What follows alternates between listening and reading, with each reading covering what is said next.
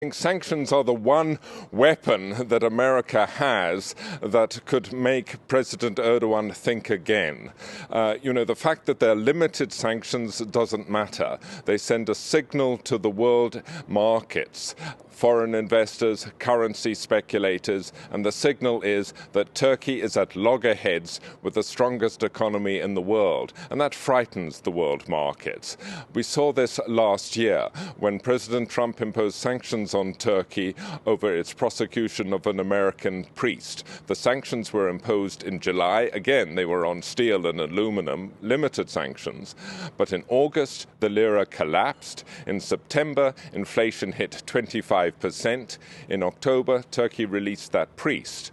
Now, President Recep Tayyip Erdogan cannot bear an economic collapse at this stage. He's lost elections this year, which deprived him of the two biggest cities in the land, Istanbul and Ankara.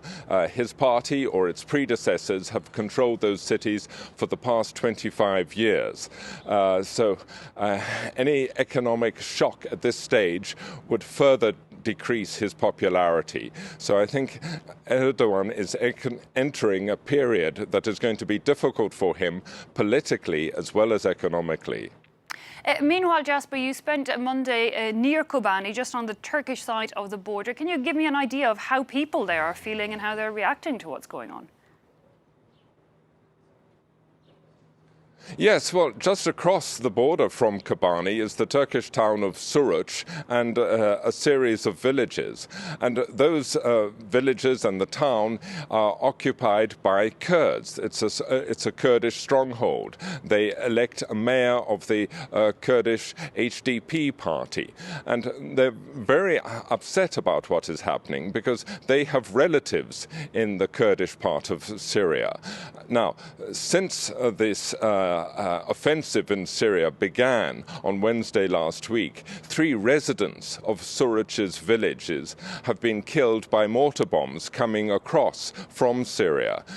People are very reluctant to speak to the press because it's a very tightly policed town. We were told not to speak to anybody who is critical of the operation.